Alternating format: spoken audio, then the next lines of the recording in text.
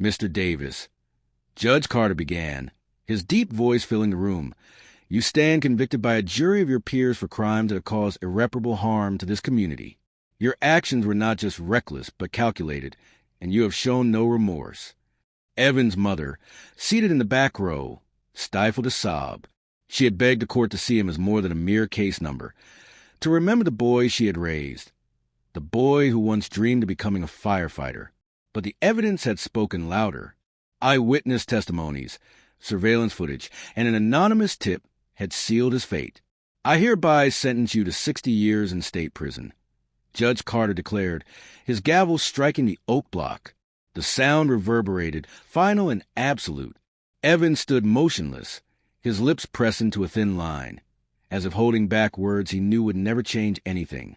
The room erupted in gasps, whispers, and the shuffle of reporters scribbling notes. But for Evan, the world had gone silent. He turned to look at his mother one last time, before being led away, his shackled footsteps fading into the hall. Judge Carter returned to his chambers, closing the door against the noise. The day had been long, but justice, as he saw it, had been served, or so he thought. Little did he know, the truth had just been buried and would soon claw its way to the surface. Evan Davis, who was a part-time mechanic with no prior criminal record, had been arrested 2 weeks after the robbery. An anonymous caller tipped off authorities, claiming Evan fit the description of the suspect seen fleeing the scene.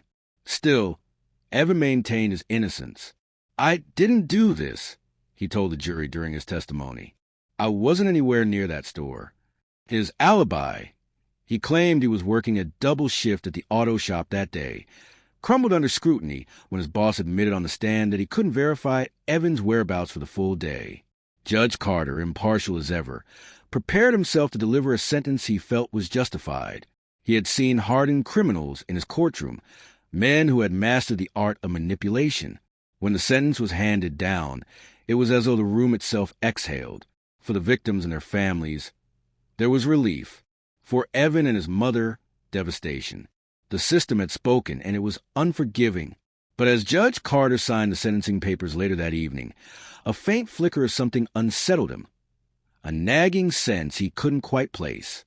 He dismissed it, chalking it up to fatigue.